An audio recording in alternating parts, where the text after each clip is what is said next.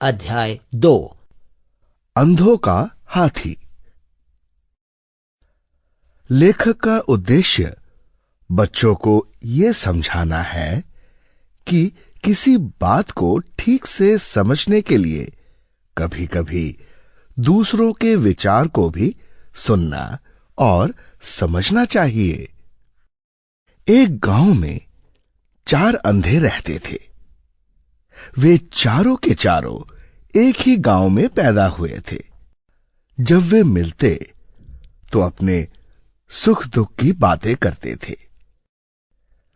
लोगों की सुनी सुनाई बातों पर चर्चा करते थे।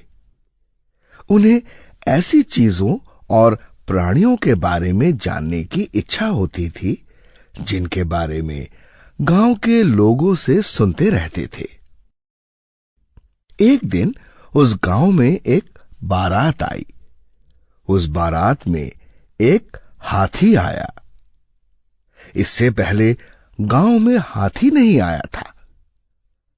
अब तो अंधों के मन में हाथी के बारे में और अधिक जानने की इच्छा जाग उठी। गांव के लोग हाथी देखने गए तो अंधे भी वहां पहुंच गए। भीड़ में एक साथ खड़े खड़े शोरगुल सुनते रहे। चारों ने आपस में कुछ कानाफूसी की और भीड़ को हटाते हुए हाथी के पास पहुंच गए। जब हाथी के पास आ गए तो एक अंधा बोला, महावत भैया, हम लोग हाथी को टटोल कर देखना चाहते हैं, देख लें। महावत ने सोचा, ये बेचारे आंखों से तो देख नहीं सकते, इसी तरह इनकी हाथी देखने की इच्छा पूरी हो जाएगी। महावत बोला, देख लो सूरदास। महावत भैया, हाथी को जरा संभाले रखना। इतना कहकर चारों अंधे हाथी को टटोल टटोल कर देखने लगे। पहले अंधे के हाथों में पांव आया।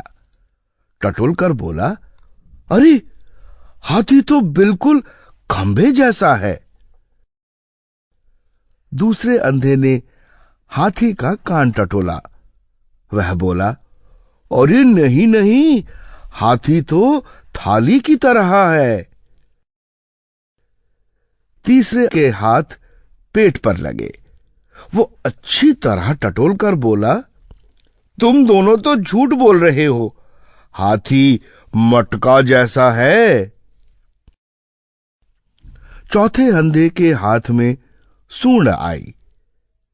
तीनों अंधे अलग अलग तरह से हाथी बता चुके थे, इसलिए उसने बड़े आराम से सूंड को ऊपर नीचे टटोला।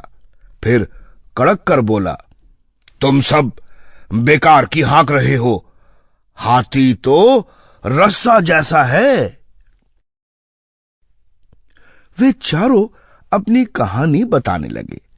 सब अपनी अपनी बात पर जोर दे रहे थे। दूसरों की बात कोई भी सुनने को तैयार नहीं था।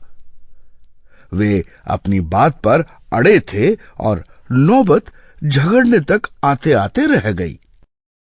सब लोग अंधों की बातों पर हंस रहे थे। कुछ लोगों ने अंधों को समझाया कि तुम सबने हाथी का एक एक अंग टटोला है, पूरा हाथी नहीं। लेकिन अंधों ने सबकी बातों को एक तरफ रख दिया। वे सब अपनी बात करते रहे। भीड़ में से किसी ने कहा, ये अंधों का हाथी है भाई। सब लोग खिलखिलाकर हंस पड़े।